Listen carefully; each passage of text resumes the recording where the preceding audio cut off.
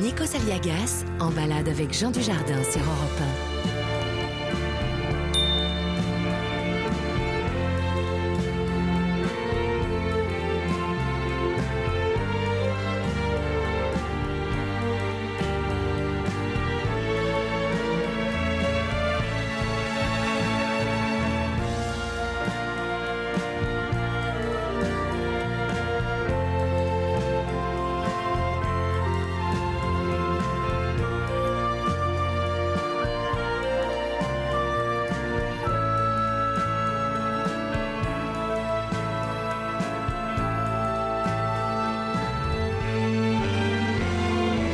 Bonjour à tous, je suis très heureux de vous retrouver sur Europe 1, comme tous les dimanches à 11h.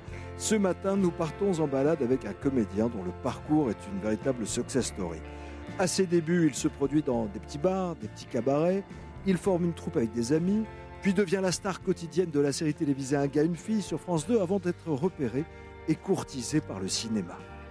Aujourd'hui, avec plus d'une quarantaine de films à son actif, une pluie de récompenses dont un Oscar, un Golden Globe et un prix à Cannes, il garde les pieds sur terre, la tête froide et une volonté farouche de garder sa liberté. Ce matin, il nous a donné rendez-vous tout près de la Bastille, au 15 rue de Charonne, dans le 11e arrondissement de Paris.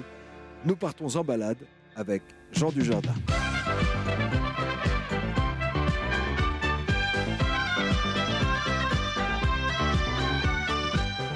Bonjour Jean Dujardin. Attends, pardon, excuse-moi. Bonjour Nikos. Qu'est-ce que vous faites avec votre téléphone là ? Non, c'est parce que, vous savez, on a deux micros mousse. Ouais. Hein, on tient les micros européens dans la rue.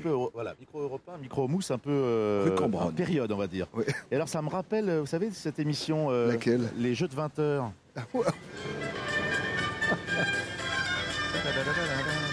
Avec Jean-Marie Prolier, oui. Micheline Dax. Voilà, hommage. Vous regardiez beaucoup la télé, Jean Dujardin ? Bon, comme un enfant, jusqu'à 21h, après c'était au lit. Mais ça vous a nourri un peu, le monde du spectacle ? Il y a un truc qui me faisait bien marrer, qui me nourrissait pas mal. C'était quand il y a eu cette grande vague d'humoristes, tu sais, qui sont arrivés à l'époque de la classe avec Fabrice. Il y a eu Palmade, Larocque, Bigard, Robin, ils sont tous sortis de là. Et ça, c'était très enthousiasmant et très motivant, très stimulant de les voir jouer. J'imaginais pas encore que je ferais ça, que je serais acteur, que je serais... Mais j'ai des souvenirs d'enfant, oui, bien sûr. Qu'est-ce qu'on fait au 15 rue de Charonne ? Vous nous avez donné rendez-vous devant Popeye. Alors, 15 rue de Charonne, effectivement, à l'angle de la rue de Charonne. Et moi, je dis plus facilement au bout de la rue de Lappe. Je dis j'ai commencé au bout de la rue de Lappe. Il y a une espèce de truc un peu Paname. Ouais. Mais qu'est-ce qu'on fait ici ? En fait, quand je suis arrivé ici à 24 ans, à Paris, je dormais chez mon frangin sur son canapé. Et j'avais dans l'idée de prendre mon petit sac avec des fringues pour les sketchs et puis d'aller me promener dans les cabarets, voir si on pouvait me prendre. Mais évidemment, dans le cabaret, on me dit non, pas de place. Sans piston, en fait, tout seul. Vous y alliez, oui, bonjour, voilà, je suis artiste. J'ai acheté en fait le Pariscope. Ouais. J'ai acheté le Pariscope, ça coûtait 2 francs. C'est drôle. Et je regardais les salles et j'ai scène ouverte là, donc je faisais des scènes ouvertes. On me disait oui, bon, pas mal, mais pas pour ici. Donc à un moment, tu te dis bon, je vais aller, il faut bien que je joue. C'est comme un musicien, à un moment, t'attends pas la fête de la musique. C'est courageux. C'est vital, sinon je fais rien d'autre. Et vous êtes arrivé ici ? Et en fait, je me baladais avec mon sac et j'arrive ici, ça s'appelait les Portes. Ouais. J'arrive et je rentre dans le bar. D'ailleurs, on est en train de rentrer aussi. On est en train de rentrer dans le bar, voilà. Après toutes ces années. Changé, évidemment. Ah non, c'est chez Popeye, c'est ça. Bonjour. Bonjour. Merci. Là, vous savez recevoir des pains au chocolat, c'est sympa. Voilà, là, il y avait un grand bar ici. Et puis je vais voir le responsable et je lui dis vous avez une salle en bas, une petite cave en voûte, est-ce que je peux jouer chez vous ? Il me dit jouer quoi ? Je fais des sketchs. Ah bon, tu joues des sketchs ? Ouais. Et le mec me dit mais j'ai jamais fait ça. Je dis mais moi non plus. Ah bon ? Ah bah écoute, si tu veux, alors je te donnerai, vas-y taxi, je te donnerai quoi, 200 francs, comme ça te va, ouais. Et puis je prends les boissons, et puis moi je dis ok, très bien. Mais vous écriviez déjà, vous aviez vos sketchs à des cahiers ou c'était de l'impro ? Non, j'avais écrit tous mes sketchs, j'en avais 11. J'avais fait mes petits flyers avec des photocopies. C'est drôle. C'est émouvant presque. J'avais appelé ça le one bar show, j'avais appelé ça, je crois. Il y avait déjà Brice de Nice ? Il y avait déjà Brice de Nice, oui. Salut, ça farte. Aujourd'hui, pour être fun et bigarré, frais et bien formé, il te faut savoir qu'est-ce que c'est. On joue encore dans le sous-sol, monsieur? Non, c'est uniquement pour les privatisations, pour les événements, les anniversaires. Ah, eh bien c'est un tort, mon petit vieux. Je vais revenir ici. Jean Dujardin, 15 rue Charonne. Mes premières grosses trouilles, elles sont là. Le bar de ses débuts. Tu vois, j'ai très très peur, donc je sais que je vais aux toilettes là toutes les 2 minutes. Nous rejoignons la cave. L'estrade était ici, il y avait une petite estrade d'1 mètre carré. J'avais mis un paravent là. J'avais un copain qui était au fond ici, qui m'envoyait des cassettes pour des musiques, début du sketch, et on mettait une quarantaine de personnes très très serrées ici. Et mon premier spectacle, il est fait ici, avec mes 3 frangins qui sont devant là, les pieds sur la scène, qui se foutent de moi en disant vas-y, fais-nous rire. Est-ce qu'à ce moment-là, de votre tête, parce que là on est dans cette cave, en fait, c'est une véritable cave voûtée avec de la pierre, de la meunière vraisemblablement, est-ce qu'à ce moment-là, dans votre tête, Jean Dujardin, vous vous dites, un jour je sortirai d'ici, ou finalement, voilà, même à ce stade, c'est un kiff? Ah oui, sinon j'étais très heureux déjà. Moi, déjà je me disais, un jour je sortirai d'ici. Ce soir déjà je sortirai d'ici. Mais en fait, t'as 24 ans, je me fais pas d'illusions. Je suis très très très heureux de ma condition. Je suis complètement au présent. Je pense juste au lendemain. Est-ce qu'au lendemain, le bar d'en face me prendra? Et je me faisais un petit cabaret comme ça le soir quand on me prenait, une cave. J'avais mon C'était sac. pas triste? C'était pas triste du tout. Je peux même pas dire, je peux pas vous inventer une galère. Je peux pas vous dire ça a été insupportable. Pas du tout. C'était même très joyeux parce que je décidais complètement de ma vie en fait. Je me mettais en scène quoi. Libre. Et je me disais bon voilà, je peux aller là, je peux aller là. C'était très joyeux tout ça. Mais est-ce que vous réalisez le pouvoir que vous avez sur les gens quand ils sont à quelques centimètres de vous et que vous les faites rire? Vous êtes dans l'autodérision, j'imagine, dès l'époque, mais vous avez un public. Oui. Vous existez avec l'autre. En fait, j'allais dire, pardon, il n'y a rien de méprisant, mais le public, c'est pas peu importe, hein, mais c'est qu'à ce moment-là, j'ai déjà besoin de me prouver à moi-même si je suis heureux en faisant ça, si je m'amuse. Et je peux vous dire qu'ici, j'ai pris des bides énormes. Parce que j'allais trop vite, parce que je parlais trop vite, parce qu'en fait, j'essayais de... Je sais pas quoi, de vouloir leur plaire, de combler avant même de m'amuser. Et dès que je passais des soirées à m'amuser, dès que j'arrêtais de vouloir être tout le temps dans la... Alors là, pour le coup, là, il pouvait se passer quelque chose. Mais c'est quoi un bide, en fait? Un bide, c'est quand ils rigolent pas et qu'ils font semblant? Un bide, c'est des amis. Ouais. Tu penses que c'est des amis. Et c'est souvent les amis qui les foutent dans la salle. C'est terrible, terrible. Et tu te dis, ils vont se marrer. Et en fait, c'est les pires. Et c'est pas forcément les meilleurs clients. Et on te dit, ouais, tu t'es un peu ouvert les veines ce soir, hein, ça a été. J'ai dit, mais t'es un ami? Ouais, je suis un ami. Et justement, je suis un ami. Et justement, écoute-moi. Et on sait que tu veux autre chose. Ouais, voilà. Exactement. Et si on est là, c'est qu'on t'aime beaucoup. Je vous paye un café? Ah ouais. Allez, bienvenue. On est au Popeye, 15 rue Charonne. C'est la petite salle des débuts de notre invité ce matin joli, sur Europe 1. Jean Dujardin. Europe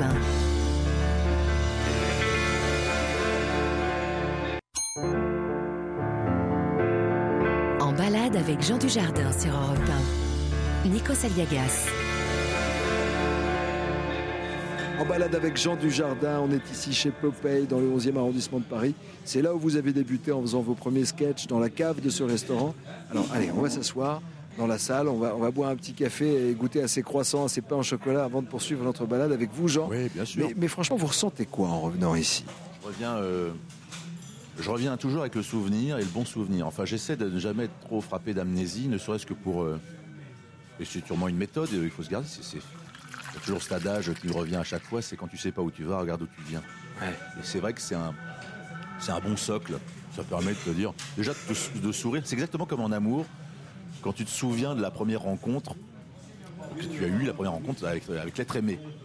Et c'est vachement intéressant de se souvenir de ça. Moi, je dis toujours à des potes, quand tu as un rencard, quand tu sens que ça va bien se passer, c'est un conseil qu'on m'avait donné.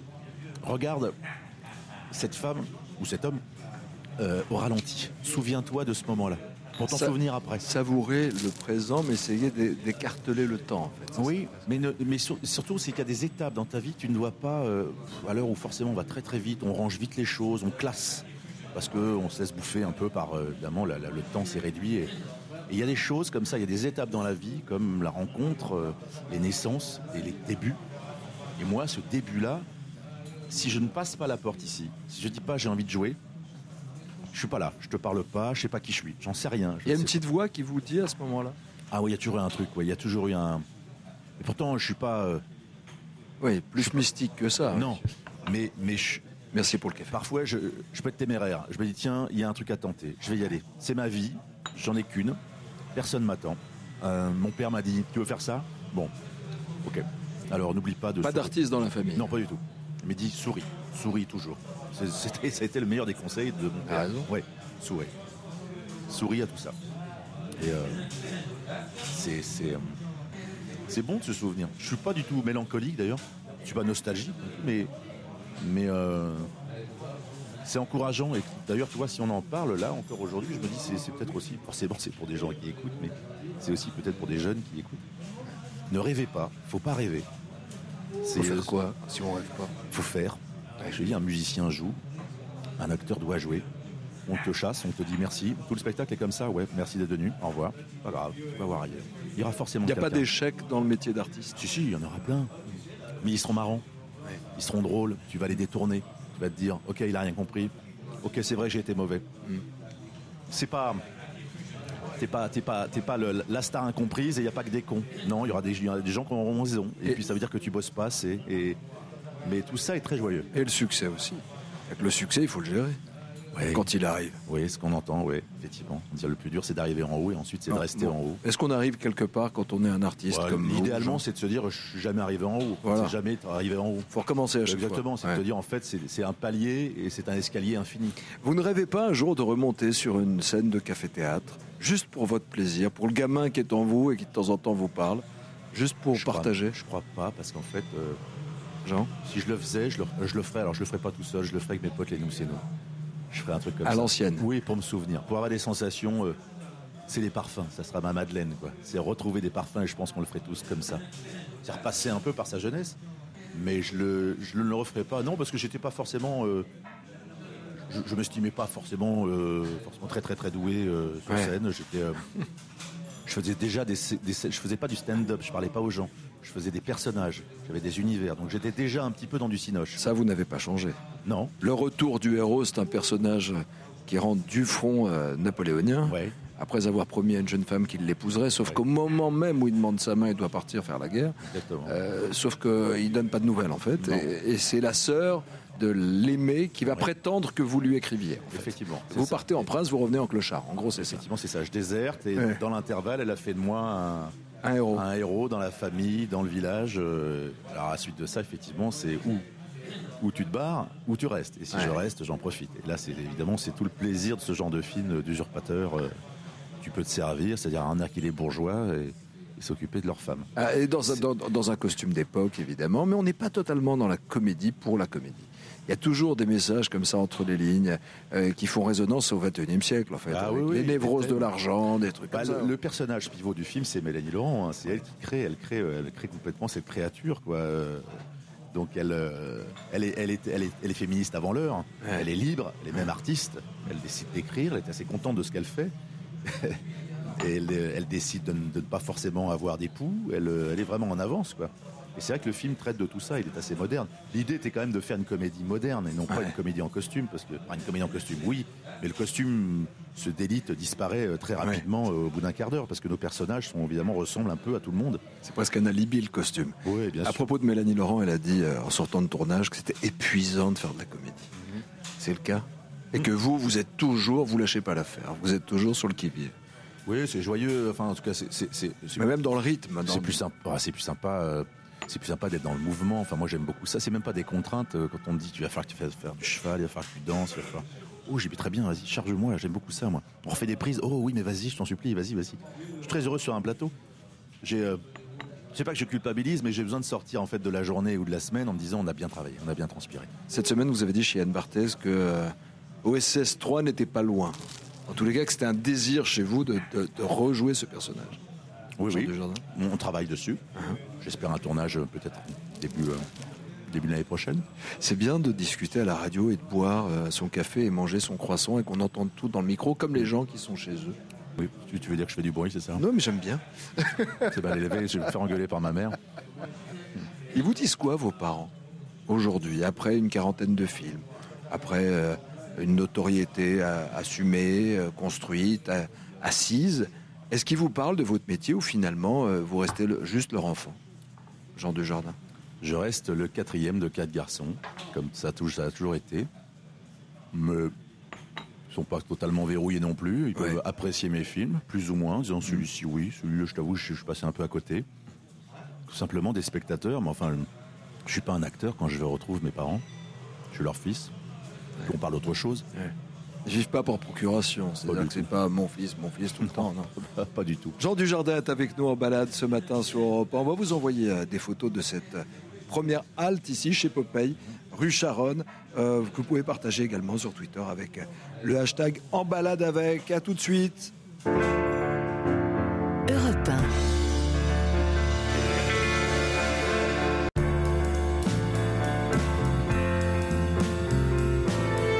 En balade avec Jean Dujardin sur Europe 1. Nikos Aliagas. Nous sommes en balade avec Jean Dujardin. Nous sommes dans le 11e arrondissement de Paris. Il fait froid, évidemment. Il y a encore un peu de neige. On vient de quitter le restaurant chez Popeye, dans lequel vous avez débuté. On va prendre une voiture pour aller dans un deuxième lieu que vous avez choisi Là, ici. de nous faire découvrir. Et en face de chez Popeye, tu as chez Paul. Et là, ça n'a pas bougé. Nous entrons sans invitation. Là, tu vois, là, tu es dans la traversée de Paris, là. Avec effectivement le carrelage qui n'a pas bougé. Il est d'époque, celui-là. Ouais, d'époque, ouais. Avec nappe à serviette à carreaux rouges. Génial. C'est génial. Là, c'est comment est votre blanquette? Et une affiche du Théâtre des Champs-Élysées, mai 1950. Et même le pinard est pas dégueulasse. Ça tombe au caillou, moulis. Ça n'a pas changé. C'était comme ça à vos débuts, Jean Dujardin? Exactement. Je crois que j'avais postulé aussi ici, mais il me dit non, ici ça tombe trop bien, il n'y a pas de place, c'était compliqué. On jouait pas ici. On joue pas ici, Ouais. non, il n'y avait pas de cave. Et puis il n'y a personne, on est rentré sans invitation. Ah, bonjour madame. Excusez-nous, On voulait pas vous déranger, mais c'est la Jean, radio française. ouais, c'est Jean Dujardin qui travaillait ici il y a 30 ans, à côté. Et il venait dîner ici. Il vous a même demandé du travail à l'époque, mais Mais non, c'était pas vous, vous n'étiez Voilà. pas ici. Mais vous n'étiez pas là. Il y a combien de temps? Oh, c'était en 97, 96, Je 97. suis arrivée en 90, moi. On aurait pu se voir ici? On aurait pu... Ah oui? Ah oui? Depuis 90, moi. Ouais, On aurait bah, pu se voir. bah oui, mais moi je jouais en face, je jouais pas ici. D'accord. Et il n'était pas barbu à l'époque. Non. Il n'était Oui, pas, ouais. C'est pour ça. Et voilà, Ouais. c'est Ouais, pour ça. on a vieilli depuis le temps. Et ça, c'est Pas votre vous. hachis, vous faites Voilà, un c'est petit vous. hachis parmentier maison, Ça salade sent verte, bon. je vais me régaler. Ah bah très bien. Ça sent bon, hein? Ah bah, bon appétit. Eh ben, merci Profitez beaucoup. bien. Merci. Vous vous appelez comment? Marilyn. Ouais, bon dimanche, Marilyn. Merci Bon, beaucoup. Merci aussi, bon Merci. week-end. Bye bye.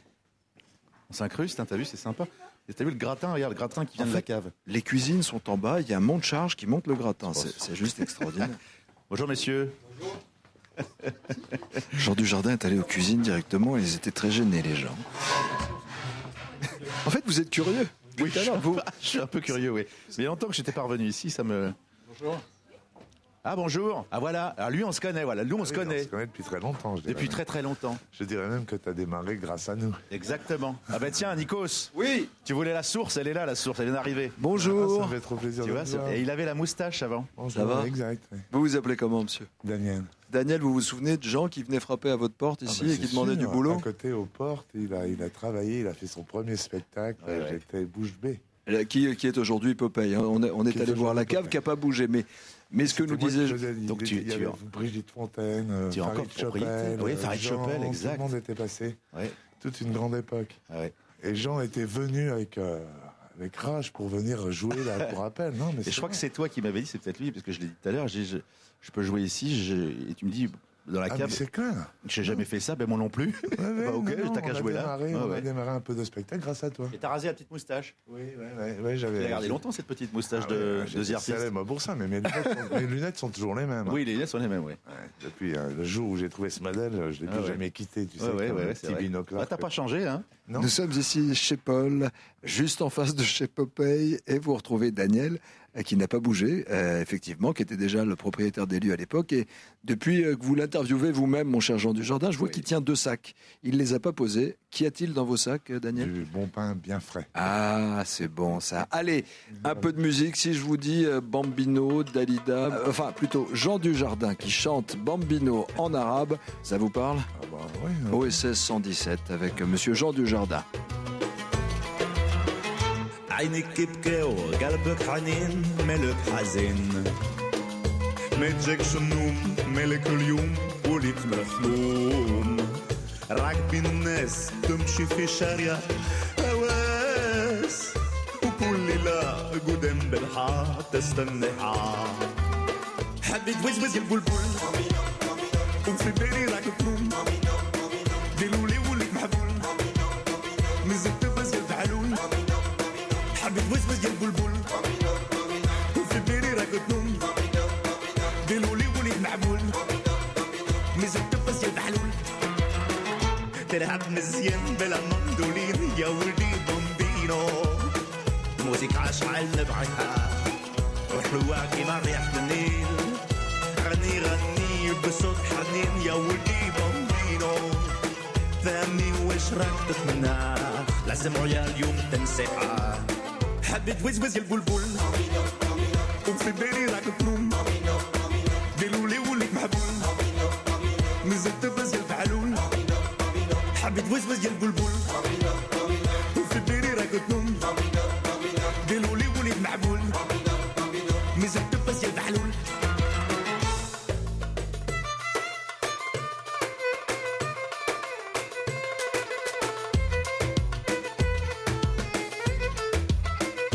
تميل قلواز لازم تحبس نزلت صغير زنت ليا بركاك مزوخ ايدا تمسخير وليت رجل وكيما الكبار دير طربوش يا بو حلي انت تحبها ما يجمل مكتوب حبيت وزوز البلبل وفي بالي راك تنوم دلولي وليت محبول نزلت بس يا البعلول حبيت وزوز البلبل وفي بالي راك تنوم دلولي وليت محبول نزلت بس يا البعلول تلعب مزيان بلا مندولين يا ولدي بومبينو موسيقى شعل نبعتها وحلوة كيما ريحة النيل غني غني بصوت حنين يا ولدي بومبينو فهمني واش راك تتمنى لازم عيا اليوم تنسيحة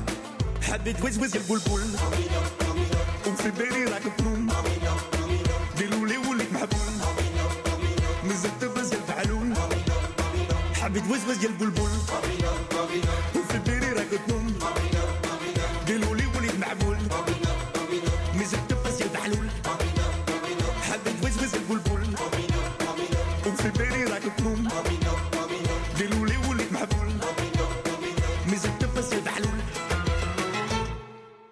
Dalida, enfin, Jean Dujardin qui chante du Dalida. Ben, c'est devenu culte, c'était pour le cinéma. Jean Dalidin. Ben oui, on est en balade avec Jean Dujardin depuis ce matin sur Europe 1. Rue de Rivoli.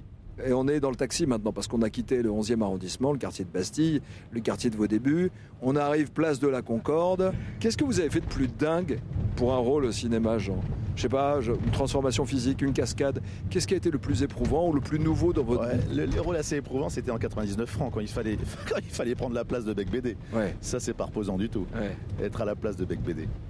C'était dans ses névroses, c'est ça? Dans ses névroses, le personnage était assez. C'était pas franchement d'ailleurs Bec BD, c'était pas que lui, c'est un espèce de mélange entre le personnage et sa vie, enfin exactement comme les personnages de ses romans, ouais, qui sont fantasmés. Les nouveaux romantiques égoïstes. Exactement. Mais ça me prenait beaucoup d'énergie, oui. Non, ce qui pourrait me fatiguer, c'est de tourner justement à l'intérieur, une séquence, refaire des séquences 80 fois.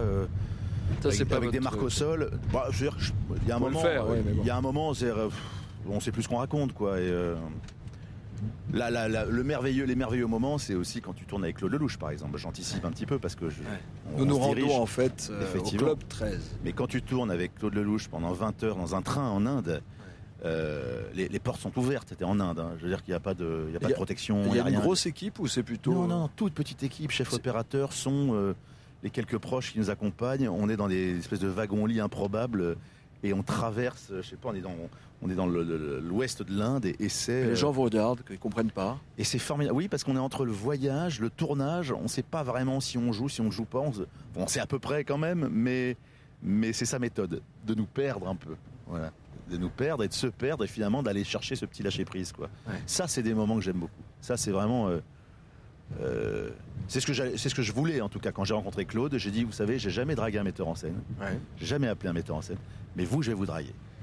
J'ai vraiment joué et peut-être qu'il va nous en parler, mais je l'aime beaucoup pour ça, pour son audace. Et dites-vous que vous ressemblez plus au final à Lino Ventura qu'à Jean-Paul Belmondo. Ah non, parce que je discutais parfois un petit peu le scénario. Je lui ai dit, tu sais, j'ai besoin de comprendre un petit peu où je vais pour pouvoir l'exprimer. Donc il me dit, très bien, d'accord. Alors, et on faisait des petites notes le soir pour le lendemain. Mais il était très preneur parce qu'il sait que l'humeur d'un film ou la qualité d'un film passe aussi par l'humeur et le plaisir des acteurs. Donc il nous met dans un écrin pour qu'on se sente bien, quoi. Jean Dujardin, comment apprenez-vous votre texte? C'est quelque chose, voilà, c'est une question toute simple, mais vous apprenez ça tout seul dans votre coin, chez vous, dans votre baignoire, vous répétez. Comment on apprend un texte quand on est un acteur de votre trempe? Je vais te dire exactement, vous allez visualiser. Je suis dans le fauteuil, les pieds sur le bureau, je mets une musique. C'est souvent la même. Laquelle? C'est la musique de Out of Africa de John Barry.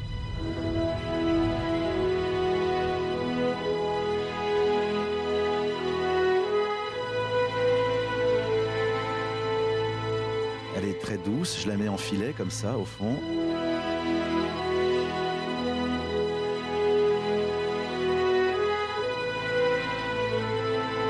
Et je commence à lire mon texte une fois, 2 fois, 3 fois.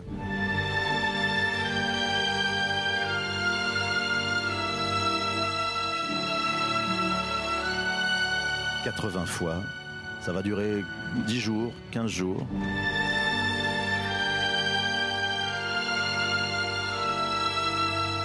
Ça va être très scolaire, c'est presque de l'abrutissement. Encore que je m'amuse à faire des variations dans les dialogues, à trouver, c'est là que je trouve des ruptures, et je m'amuse tout seul.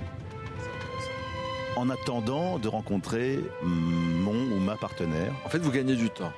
Je gagne un temps fou, c'est-à-dire que je sais tout, je connais son texte, je connais le mien, je connais l'histoire par cœur, et je sais, a priori, mais ça en discussion avec le metteur en scène, je sais où je vais pouvoir lâcher, garder, redonner, réparer, tout défoncer, calmer. En fait, c'est ça, c'est que je balise le scénario. À force de le lire, j'ai une espèce de vue globale du scénario. Finalement, le vrai boulot, il se fait aussi en amont. Il y a le moment de vérité quand on est sur une scène ou ailleurs, mais l'imagination, finalement. Sur la comédie, j'ai le sentiment que c'est... Enfin, en tout cas, c'est ma méthode. Pas qu'une, je suis pas un prof de théâtre ou de cinéma. J'ai le sentiment que la comédie demande beaucoup de précision et de réglage. Et quand on dit c'est super, on s'est amusé, qu'est-ce qu'on a improvisé, c'est un tout petit peu suspect. Et si tu improvises, c'est que tu n'avais pas grand-chose à raconter. Si en revanche, sur le scénario, il tient, si tu as des dialogues super, là, tu peux te permettre de faire des impros, mais elles sont riches parce qu'elles seront rares. Mais j'aime profondément travailler. C'est-à-dire que je m'étonne de cette phrase. Hein. C'est dingue. Hein. Moi, le gosse, tu bosses pas alors, t'as pas envie de bosser, quoi. Non, mais pas de bonnes notes à l'école. Non, pas du tout. Puis je travaillais pas. Mais c'est venu quand? C'est venu quand le déclic? Quand est-ce que vous passez? Mais quand t'as pas le choix. Quand t'as 23 ans, quand tu te dis faut rentrer dans la vie maintenant, mon petit vieux là. Ah bah ouais, faut peut-être me trouver des. Comment je gagne ma croûte, moi, comment je vais pas être. Je voulais pas vivre au crochet. Je voulais certainement pas faire des études. Je voulais pas que mes parents me payent des études. Ça servait à rien. Enfin, je veux dire, je vais pas. Une fois de plus, je parle aussi pour tous les gosses, j'ai pas raison. Hein. Ils vous demandent comment on fait, Jean Dujardin, pour devenir Jean Dujardin? Ils vous demandent? Ils me demandent parfois, oui, comment on peut devenir, je sais pas, être dans la lumière. Sans connaître personne, voilà. Non, tu dis, mais c'est pas un métier, être connu. Qu'est-ce qui t'anime? Qu'est-ce qui te plaît? Est-ce que c'est le foot? Est-ce que c'est la musique? Est-ce que c'est le cirque? Est-ce que c'est. Il faut que tu aimes quelque chose dans ta vie, remplis-la ta vie. Si t'aimes rien, alors associe-toi avec quelqu'un, accompagne quelqu'un dans son désir, dans son plaisir. Tu pourras servir à quelque chose.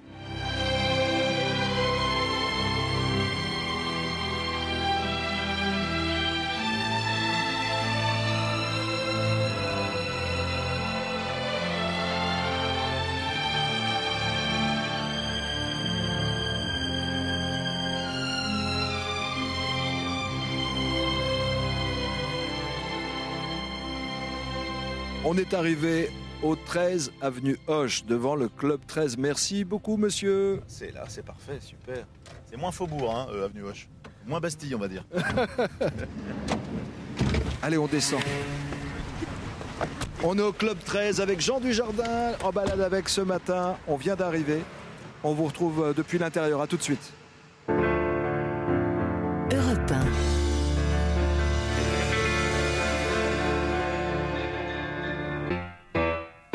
Europe 1, en balade avec Jean Dujardin, Nikos Aliagas. Alors là, vous avez Carole, cette grande chose là qui travaille. Bonjour. Bonjour. Non, on va voir, je sais pas si. Nous nous trouvons avec Jean Dujardin au Club 13, ici à Paris. En fait, ce sont les bureaux, l'établissement, le restaurant, bref, le château de Claude Lelouch que Jean Dujardin nous fait découvrir ce matin. Il est là, le maître? Ah, le patron. On entre dans le bureau de Claude Lelouch. On peut le déranger? Alors là, vous rentrez dans le secret, là. Comment tu vas, mon chéri? C'est vrai, toi? Bonjour Je Claude. t'amène un grec. Comment ça va, le grec? Content de vous voir, monsieur Moi aussi. Lelouch, dans votre bureau. Impressionnant, il y a plein de caméras. Il y a quelques souvenirs, voilà. Avec ça, quand j'ai des mauvaises critiques, je regarde mes Oscars. Et ça va mieux. Vous avez un point commun, vous en avez tous les deux. Oui, Oui. je sais, oui. Et tu sais qu'il y a... Et là, il a tourné ici des scènes avec Ventura et Brel, tu sais. Dans le bureau. Là, de l'aventure, c'est l'aventure. C'est l'aventure, La fameuse scène C'est du ici. coffre-fort. Du tout coffre, ça, il bah est ouais. là, le coffre. Il est là, le coffre, tu vois. Oh, Lino, oui. File-lui un coup sur la tronche. Monsieur est très gentil. En plus, il est très poli. Il est bien élevé. Ah ouais, il est bien élevé. Eh, il a du blé, hein, ça fait plaisir quand même. Tu sais, d'avoir affaire de temps en temps à des gens. Ça, je vous le dis, monsieur. Il y en a encore là, en bas là. Ah oui, c'est bête, hein, j'allais oublier ça. Mais tout le monde est passé dans ce bureau. Charlie Chaplin. Qui ça? Charlie. Abel Gross, Orson Welles, Oui, quand même. Woody Allen, il y a pas longtemps, voilà. Et Charlie Chaplin, vous l'aviez reconnu? Il est arrivé grimé? Non, alors ou- c'est drôle parce qu'on m'annonce qu'il vient faire une projection d'un roi à New York qu'il voulait revoir. Évidemment, mon cœur se met à battre à 3000 à l'heure et je vais l'accueillir là dehors. Et à l'époque, il marchait avec des béquilles, il marchait même plus. Alors donc, je l'ai pris dans mes bras. J'avais Chaplin dans mes bras et je l'ai posé dans la salle de projection. Et une fois que je l'ai posé dans la salle de projection, il a mis la main à sa poche, il a sorti $10, il a cru que j'étais le portier.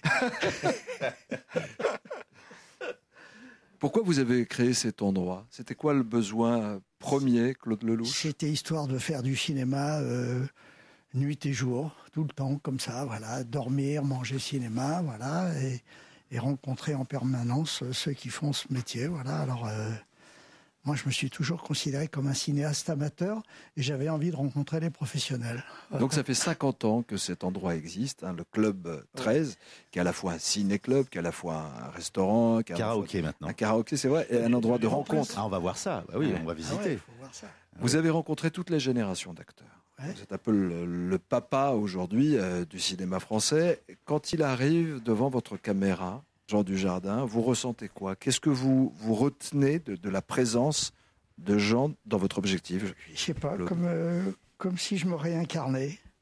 Un coup de jeune avec quelqu'un qui a jamais craché sur ceux qui l'ont précédé et qui invente des trucs nouveaux. Ouais. Voilà, c'est vraiment ce qu'on appelle un vrai relais, un souffle nouveau, voilà, une vraie nouvelle vague, à lui tout seul. C'est joli, ça. D'accord avec ça, moi je le prends. Hein.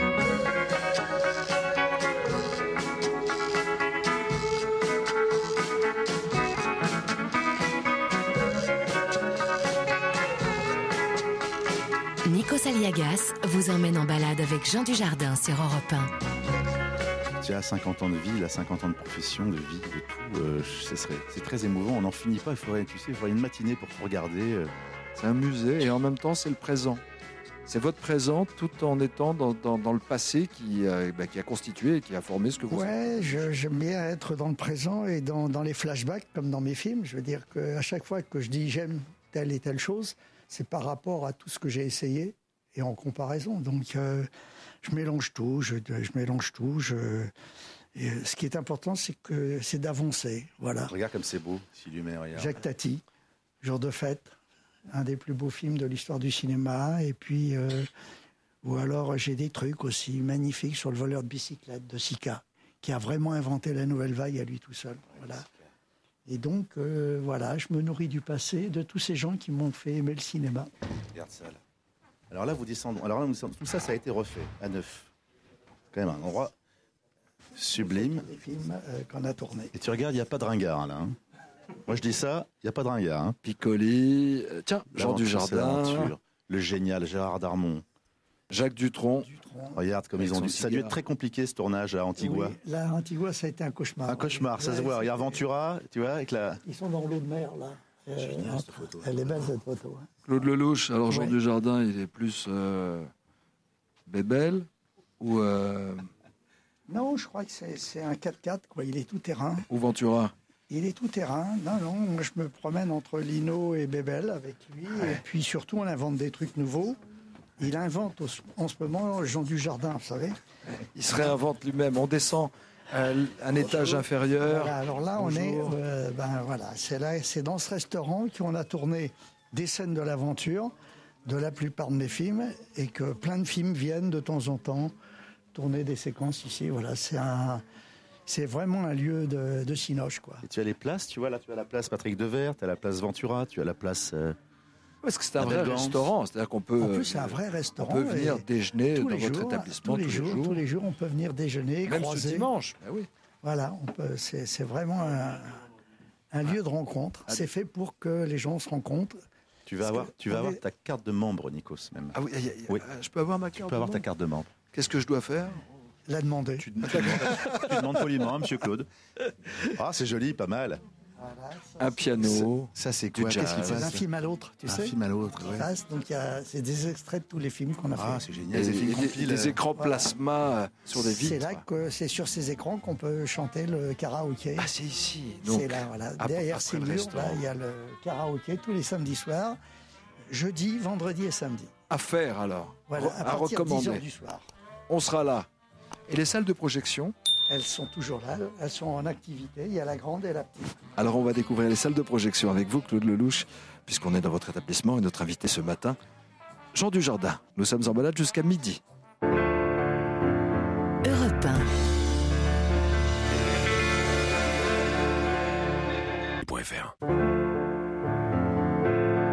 En balade avec Jean Dujardin sur Europe 1. Nikos Aliagas. En balade avec Jean Dujardin ce matin, on est ici dans l'établissement de Claude Lelouch depuis 50 ans, le club 13, et nous nous rendons dans les salles de projection, un étage inférieur. Est-ce qu'il y a une projo? Je sais pas. On arrive. Il y a une projo là. Là, on est en plein. Il y a une projection. Une projection du film avec Richard Widmark. On est un petit peu dans la dernière séance, tu sais. c'est vrai, Un peu. Il y a une autre salle? Dans l'autre aussi, dans la petite aussi. Tu vois, c'est une boîte qui tourne.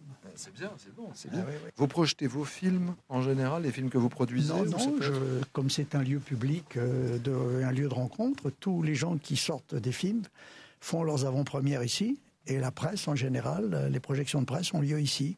Donc tous les films sont projetés ici avant leur sortie. En fait, c'est après Un homme, une femme que tu as acheté ces bureaux. Oui, grâce à un homme et une femme que j'ai pu acheter ça, oui.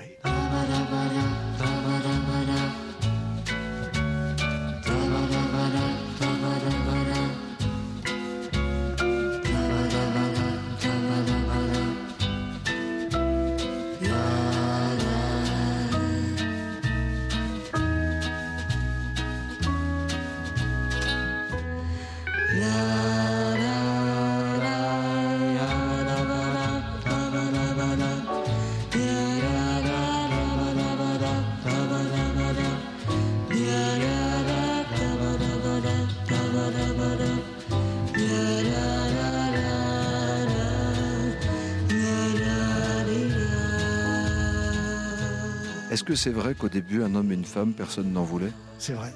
Et vous vous êtes endetté pour trouver les sous, pour partir à l'aventure seul avec votre film? Ah oui, foutu pour foutu, j'avais fait 6 films avant qui n'avaient pas marché, donc foutu pour foutu, on a mis le paquet. Et j'ai investi le peu que j'avais et surtout ce que j'avais pas. Ouais.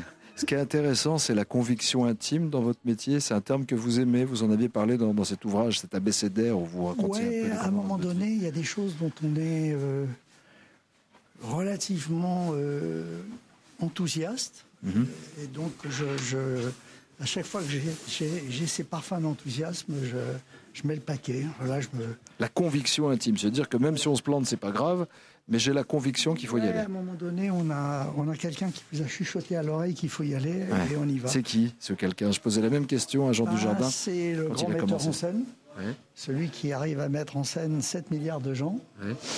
C'est Et le patron là-haut? C'est le patron, oui, c'est lui le grand patron. Et Moi, je suis que son stagiaire, quoi. Donc voilà, votre œuvre existe même avant que vous ne l'exprimiez quelque part. Il y a des choses. Mais je pense que les artistes, on est les chouchous du bon Dieu. Et qu'on reçoit comme ça des informations irrationnelles et on est là pour les transformer en rationnelles. À travers un film, à travers un livre, à travers une chanson, à travers une symphonie ou un tableau, je veux dire. Mais on reçoit des messages irrationnels et moi, à chaque fois que j'ai eu une bonne idée, je me suis retourné pour savoir qui me l'avait soufflé. J'ai jamais eu la prétention de penser que c'était la moi qui vôtre. l'avais eu. Voilà. Vous êtes le chouchou du bon Dieu, Jean Dujardin? Oui, lui, oui. Écoute, là, ce serait difficile de dire. Enfin, je sais pas, mais oui. Enfin, ça se passe bien, oui. Enfin, en tout cas, écoute, il y a des mecs qui bossent bien là, où il y a des bons scénaristes.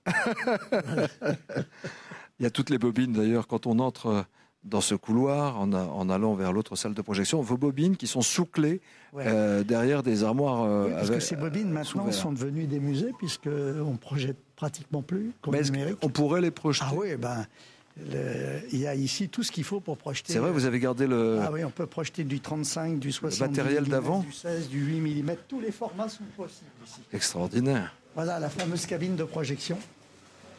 La vraie. Il y a un film actuellement en cours qui passe, voilà. On se croirait dans un cinéma d'antan, quoi. Oui, il y a à la fois les films d'hier et les films d'aujourd'hui. Ça, c'est le numérique. Et là, il y a les deux appareils 35. Finalement, le matériel change. Qu'est-ce qui ne change jamais, Claude Lelouch? L'émotion, le rire, les larmes et la chair de poule. C'est ce qui fait l'essentiel de ce métier. Et voilà, il n'y a rien de plus dur à filmer que la chair de poule. Mais quand on arrive à la filmer, alors ça mérite tous les sacrifices. Ça se commande la chair de poule quand on est acteur, Jean? Comme disait Claude souvent pendant d'ailleurs 1+1, il fait comme si ce film ne sortirait jamais, ce qui détend considérablement un acteur. C'est intéressant ça. Bah oui, parce que ça veut dire qu'en gros, qu'est-ce qui va nous rester en fait? On n'est que dans le plaisir, on n'est que dans le réel. Alors, même si on le feint, même si on limite le réel, mais il y a quand même une part de nous. Et je pense qu'on peut la frôler et la vivre à plus de 50%, cette chair de poule. C'est ce que m'avait dit Ventura pendant l'aventure Saint-Valentin. Il dit de toute façon, le film sortira jamais. Jean Dujardin a déjà une quarantaine de films à son actif. Je crois, oui, une carrière de je sais pas. De près de 30 ans, déjà. C'est un genou, c'est long, le métier d'acteur. Moi, je pense qu'il faut une vie pour faire le film qui vous donne envie d'arrêter. Donc, tant qu'il aura envie de faire des films, ça sera un petit bébé. Voilà. Pour retourner et faire un film à chaque fois, il faut vraiment y croire, croire à tous les rêves. Je veux dire que quand on fait un film, on soulève une armée. On soulève vraiment une armée et c'est la guerre. C'est la guerre. Et donc, pour avoir envie d'y retourner à chaque fois, il faut vraiment avoir une idée qu'on a envie de défendre, qui est plus forte que tout. Voilà. Et moi, j'ai la chance de faire le plus beau métier du monde, et Jean aussi. Exactement. Allons voir les salles de montage. Regarde cette bécane. Oh là là. Ça, c'est les anciennes. Donc là-dessus, tu as monté quoi? Quel film? Là, on a monté La Belle Histoire, Itinéraire d'un enfant gâté. Génial. Vous montiez comment? Par le passé? Au ciseau? On montait au ciseau, on montait avec la pellicule, voilà, etc. Oui. C'était magique parce qu'on l'a touché, on touchait l'image, on regardait comme ça à travers. Non, mais toutes les époques ont été magiques. Toutes les époques ont été magiques. Je me suis bien amusé avec le 8 mm, le 16 mm, le 35, le 70 et maintenant le numérique. Voilà. Et bientôt le portable, puisque j'ai l'intention de faire un film avec le portable. Le téléphone portable. Complètement. Ouais. Il me fait marrer. C'est le mec le plus alerte que je connaisse. C'est vraiment, rien ne l'arrête. Le film est terminé. On peut se rendre dans la salle de projection ici chez vous, Claude Lelouch, avec Jean Dujardin.